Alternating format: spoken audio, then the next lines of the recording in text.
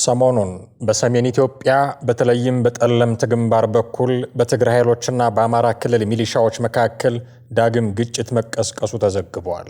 ይህ ግጭት በፕሪቶሪያው የሰላም ስምምነት መሰረት መፈታት የነበረባቸው ጉዳዮች መዘግየታቸውን ተከትሎ የመጣ ነው የሚሉ ትንታኔዎችም እየተሰጡበት ነው።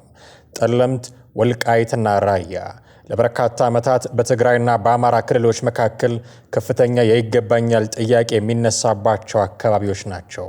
በትግራይ በኩል እነዚህ አካባቢዎች በሕገ መንግሥታዊ መንገድ ወደ ትግራይ መመለስ አለባቸው የሚል ጽኑ አቋም አለ። በአማራ በኩል ደግሞ አካባቢዎቹ ቀድሞውኑ የማንነታችን አካል ናቸው የሚል አቋም ይንጸባረቃል። የፕሪቶሪያው የሰላም ስምምነት አወዛጋቢ የተባሉ አካባቢዎች ጉዳዩ በሕገ መንግሥታዊ መንገድ እንዲፈታ ይደነግጋል። ሆኖም ግን ተፈናቃዮችን ወደ ቀደመ ቀያቸው የመመለስ ሂደት መዘግየት፣ የአካባቢዎቹ የጸጥታ መዋቅር በትክክል አለመዋቀር፣ በፌዴራል መንግስቱ በኩል የሚሰጡ ውሳኔዎች ለሁለቱም ወገኖች አጥጋቢ አለመሆን በተደጋጋሚ የሚነሱ ቅሬታዎችና ጉዳዮች ናቸው። በ10 ሺዎች የሚቆጠሩ የትግራይ ተወላጆች ከእነዚህ አካባቢዎች ተፈናቅለው በመጠለያ ጣቢያዎች ውስጥ ይገኛሉ። በትግራይ ጊዜያዊ አስተዳደር በኩል ተፈናቃዮችን በኃይልም ቢሆን እንመልሳለን የሚሉ ጫናዎችና እንቅስቃሴዎች መኖራቸው ለግጭቱ መቀስቀስ እንደ አንድ ምክንያትም ይጠቀሳል። ጠለምት ለትግራይ ከፍተኛ ቦታዎች ቅርብ በመሆኑና ለወታደራዊ እንቅስቃሴም አመቺ በመሆኑ በሁለቱም ወገኖች በኩል ስልታዊ የበላይነትን ለመያዝ የሚደረግ እንቅስቃሴ ሊኖር እንደሚችልም እየተነገረ ነው። ዳግም በተቀሰቀሰው ግጭት ምክንያት በርካታ የአካባቢው ነዋሪዎች ደህንነቱ የተጠበቀ ቦታ ፍለጋ ሽሽት ጀምረዋል። የሰላም ስምምነቱ አደጋ ላይ መውደቅና እንዲህ ያሉ ግጭቶች በፌዴራል መንግስቱና በትግራይ ኃይሎች መካከል ያለውን የሰላም ሂደት ወደ ኋላ ሊመልሱት ይችላሉም ተብሎ ተሰግቷል። የሰብአዊ እርዳታ መስተጓጎል፣ በግጭቱ ምክንያት የእርዳታ መስመሮች ሊዘጉና በረሃብ ለተጎዱ ወገኖች የሚደርሰው እርዳታም ሊቆም እንደሚችልም ተገምቷል። በጠለምት አካባቢ ያለው ግጭት መሰረቱ የቆየ የፖለቲካና የማንነት ጥያቄ ቢሆንም አሁን ላገረሸው ጦርነት ግን የሰላም ስምምነቱ አፈጻጸም መዘግየትና በሁለቱም ወገኖች በኩል ያለው ያለመተማመን ስሜት ዋናውን ድርሻ ይይዛል። ችግሩን በዘላቂነት ለመፍታት የፌዴራል መንግስትም ሆነ ሌሎች ወገኖች ወደ ውይይት ጠረጴዛ መመለስ እንዳለባቸው ዓለም አቀፍ ማህበረሰብ አባላት እያሳሰቡ ነው። አሁን ያለውን ሁኔታ እጅግ አሳሳቢ ያደረገው ደግሞ የኢትዮጵያ አየር መንገድ የወሰደው ድንገተኛ እርምጃ ነው። ዛሬ ወደ ትግራይ በረራ መቋረጡ ተሰምቷል። በሰሜኑ የሀገራችን ክፍል ያለው ወታደራዊ እንቅስቃሴ በየሰዓቱ መልኩን እየቀያየረም ይገኛል። ትናንት ምሽት በተሰማው መረጃ መሰረት የመከላከያ ሰራዊት ካላማጣ፣ ከራያ ባላና ከአካባቢው መውጣቱ ታውቋል። ይህ እርምጃ በራያ ግንባር ላይ አዲስ ወታደራዊ እውነታን እየፈጠረ መሆኑን አመላካች ሆኖ እየታየ ነው። የራያ መስመር የመከላከያ ሰራዊት ካላማጣና ከራያ ባላ መውጣቱ እንዲሁም የትግራይ ኃይሎች በብዛት መታየታቸውን ተከትሎ አካባቢው በከፍተኛ ወታደራዊ ውጥረት ውስጥ ይገኛል።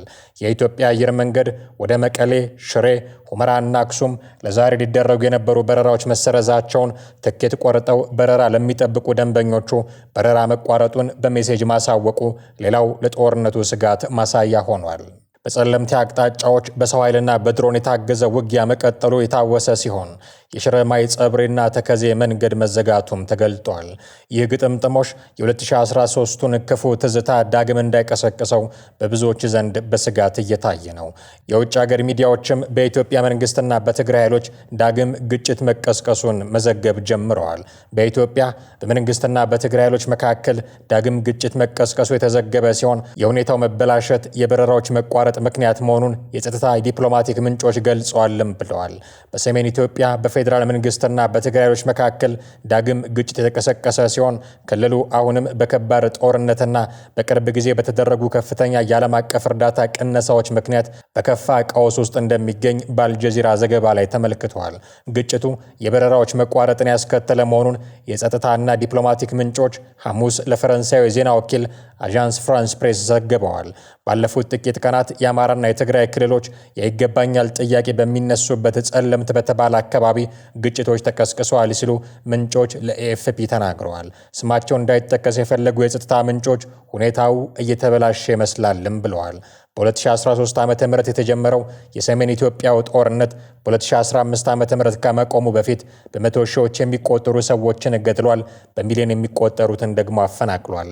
አልጀዚራ ባለፉት ጥቂት ቀናት በትግራይ ውስጥ በህጻዝ ከሚገኝ በአብዛኛው እንደ አሜሪካ ዓለም አቀፍ የልማት ድርጅት ዩኤስኤድ ባሉ ሰብአዊ ድርጅቶች በሚረዳውና በድህነት የተጎዳ መንደር አንድ ዘገባ አሰራጭቶ ነበረ።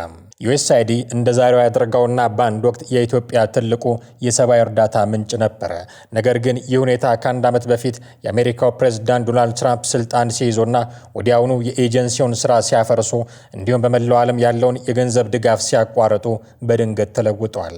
በትግራይ የዓለም የምግብ ፕሮግራምን ጨምሮ ሰብአዊ ድርጅቶች እስከ 80 በመቶ የሚሆነውን ህዝብ የአስቸኳይ ጊዜ ድጋፍ ያስፈልገዋል ይላሉ። ነገር ግን ዩኤስአይዲ የገንዘብ ቅነሳ ማለት በአጠቃላይ የሚገኘው የሰብአዊ እርዳታ የገንዘብ መጠን አነስተኛ ነው ማለት ነው። ስለሆነም የቀረው ገንዘብ ብዙ ጊዜ የከፋ አስቸኳይ ሁኔታዎች እንዳሉባቸው ወደሚታሰቡ የዓለም የግጭት ቀጠናዎችና ትኩስ ስፍራዎች ይተላለፋልም ተብሎ ነበር። ከትራምፕ ውሳኔ በፊት ከሰሃራ በታች ባለው አፍሪካ የዩኤስአይዲ የገንዘብ ድጋፍ ትልቁ ተቀባይ በነበረችው ኢትዮጵያ ውስጥ ገንዘብ እጥረቱ ወሳኝ የሆኑ ክፍተቶችን የፈጠረ ሲሆን በሌሎች ድርጅቶችም ላይም ተጨማሪ ጫና አሳርፈዋል። በትግራይ የለጋሾች የገንዘብ ድጋፍ ቅነሳ ቀድሞውኑ ደካማ በሆነው የህዝብ ጤና ስርዓት ላይ ተጨማሪ ጫናን ፈጥሯል ሲሉ በኢትዮጵያ የድንበር የለሽ ሐኪሞች ቡድን ኃላፊ ጆሹዋ ኤክሌ ለአልጀዚራ ተናግረዋል።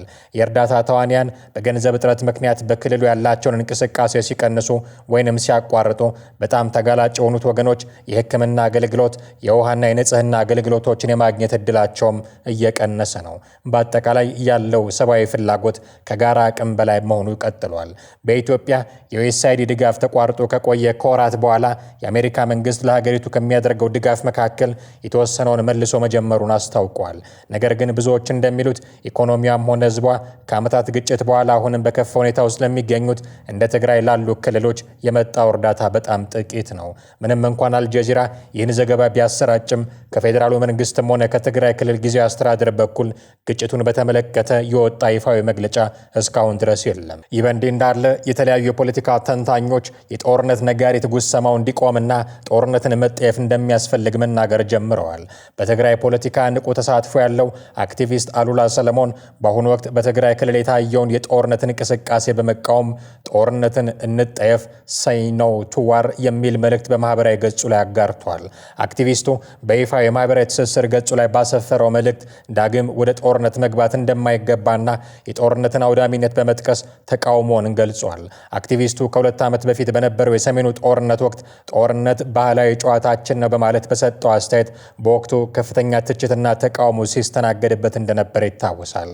በትግራይ ክልል የሚገኙ ባንኮች ለደንበኞቻቸው ከ2,000 ብር በላይ ገንዘብ መስጠት አለመቻላቸውም ተሰምተዋል። ይህን መጠን ለማውጣትም ረጅም ወረፋ መጠበቅ ግድ ይላል ነው የተባለው።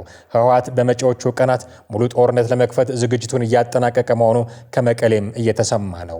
የቡድን አርሚ 33 ኮር 331 ታጣቂዎች ዛሬ ጠዋት ወደ ራያ ጉዞ መጀመራቸውም ተነግሯል። በህወሓትና በኢትዮጵያ ማዕከላዊ መንግስት መካከል ዳግም ግጭት ቢከሰት ቀውሱ ከሀገር ውስጥ አልፎ መላው የአፍሪካ ቀንድን የሚያናጋ ከፍተኛ የጂኦፖለቲካዊ መናወጥም ያስከትላል። አሁን ባለው ነባራዊ ሁኔታ የኃይል አስተላለፉና ሊከሰቱ የሚችሉ ቀውሶች እጅግ አሳሳቢ ናቸው። ዳግም ጦርነት ቢፈጠር የኃይል አስተላለፉ ከቀድሞው ማለትም ከ2013 እስከ 2015 ዓ.ም ድረስ ከነበረው በተለየ መልኩ የተወሳሰበ ይሆናል። የፌዴራሉ መንግስት አሁንም የአየር ኃይልና የድሮን የበላይነት ይኖረዋል። ሆኖም በአሁኑ ወቅት በአማራና በኦሮሚያ ክልሎች ካሉ የጸጥታ ችግሮች ጋር በተያያዘ ኃይሉ የተበታተነ ሊሆን ይችላል። ህወሓት በበኩሉ ከፕሪቶሪያው ስምምነት በኋላ የተወሰነ ትጥቅ ቢፈታም አሁንም ከፍተኛ ቁጥር ያለውና ልምድ ያለው የሰው ኃይል እንዳለው ይታመናል። ይሁን እንጂ በድርጅቱ ውስጥ ያለው የውስጥ ክፍፍል በእነ አቶ ጌታቸው ረዳና ደብረጽዮን ገብረ ሚካኤል መካከል ያለው ልዩነት ወጥ የሆነ ወታደራዊ እዝ ለመምራት ፈታኝ ሊሆንበት ይችላል። ኤርትራ ከፌዴራል መንግስቱ ጋር የነበራት ግንኙነት እየቀዘቀዘ በመምጣቱ ዳግም በጦርነቱ የመሳተፍ ፍላጎቷ ወይንም የምትደግፈው ወገን ግልጽ ላይሆን ይችላል። ሱዳንም ራሷ በውስጥ ጦርነት ላይ በመሆኗ የድንበር አካባቢዎች ለህገ ወጥ የጦርነት መሳሪያ ዝውውርና ለስደተኞች መሸገጊያነትም ሊውሉ ይችላሉ። ከዚህ በተጨማሪም ሌሎች ጂኦፖለቲካዊ ቀውሶችም ሊፈጠሩ ይችላሉ።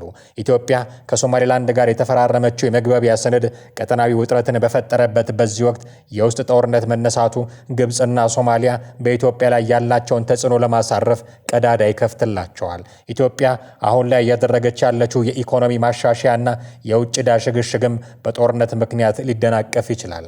ይህም የኑሮ ውድነቱን በማባባስ ማህበራዊ ቀውስ ያስከትላል። በሚሊዮን የሚቆጠሩ ዜጎች ወደ ጎረቤት ሀገራት ምናልባትም ሱዳንና ጅቡቲ ሊሰደዱ ይችላሉ። ይህም ቀጠናዊ ሰብአዊ ቀውስን ይፈጥራል። በዚህ አጋጣሚ የመንግስት ትኩረት ወደ ሰሜኑ ጦርነት ሲዞር አልሻባብን የመሰሉ የሽብር ቡድኖች በምስራቅ ኢትዮጵያና በሶማሊያ ድንበር ላይ ያላቸውን እንቅስቃሴ ሊያሰፉ ይችላሉ። ለዚህ ነው በርካቶች ሁለቱም ወገኖች ካለፈው ጦርነት ትምህርት በመውሰድ ራሳቸውን ከውጊያ እንዲያቅቡ እያስጠነቀቁ የሚገኙት።